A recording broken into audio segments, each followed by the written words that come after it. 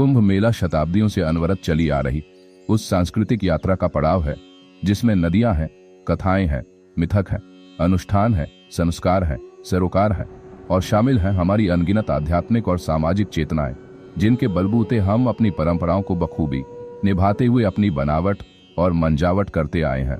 आइए जानते हैं 2025 के महाकुंभ का रहस्य।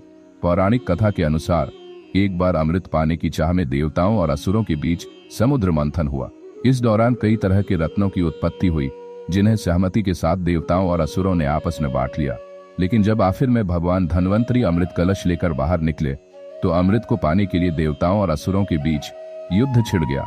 असुरों से अमृत को बचाने के लिए इंद्र के पुत्र जयंत अमृत कलश लेकर भागने लगे। जयंत कौवे का रूप धारण कर राक्षसों से अमृत कलश को छीनकर उड़ चले थे। जब वह घट को लेकर भाग रहे थे तो अमृत कलश से कुछ बूंदें प्रयागराज, उज्जैन, हरिद्वार और नासिक में गिर गई थी।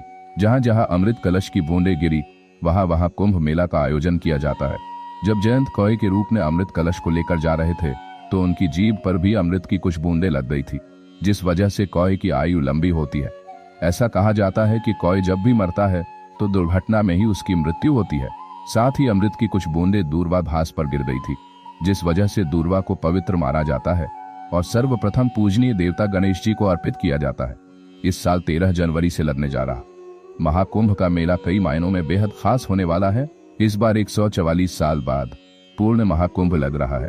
सरल शब्दों में समझें तो 12 साल लगातार 12 वर्षों के तक लगने के बाद पूर्ण महाकुंभ लगता है, जो 144 साल बाद आता है। प्रयागराज में लगने वाले महाकुंभ का महत्व अधिक माना गया है।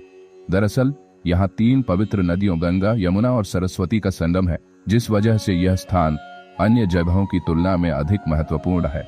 बता दें, सरस्वती नदी लुप्त हो चुकी है, लेकिन वह धरती का धरातल में आज भी बहती है। ऐसी मान्यता है कि जो व्यक्ति इन 3 नदियों के संगम में शाही स्नान करता है उसे मोक्ष की प्राप्ति होती है। महाकुंभ में सबसे पहले नागा साधु स्नान करते हैं और प्रमुख संत स्नान करते हैं, जिसे प्रथम स्नान अधिकार कहा जाता है। नागा साधुओं को महायोद्धा साधु भी कहा जाता है, क्योंकि प्राचीन काल में वे धर्म और समाज की रक्षा के लिए सेना के रूप में कार्य करते थे। नागा साधु के स्नान करने के बाद वहां आए पर्यटक त्रिवेणी में स्नान करते हैं। कुंभ स्नान का हिंदू धर्म में बहुत महत्व है। पूरे जीवन काल में हर मनुष्य को एक बार कुंभ स्नान जरूर करना चाहिए। साथ ही साथ कुछ भक्तों के परिवारों में कल्पवास की परंपरा पीढ़ी दर पीढ़ी से चलती चली आ रही है, जिसका पालन वह आज भी करते हैं। ये बहुत कठोर व्रत है। इसका पालन करने से सभी मनोकामनाओं की पूर्ति होती है। इस पूरे अनुष्ठान के दौरान सत्य वचन बोलना चाहिए। इस दौरान साधक को ब्रह्मचर्य का पालन करना चाहिए। जो लोग कल्पवास करते हैं उन्हें सभी जीवों के प्रति दयाभाव रखना चाहिए। ब्रह्म मुहूर्त में उठना चाहिए। रोजाना 3 बार गंगा स्नान करना चाहिए।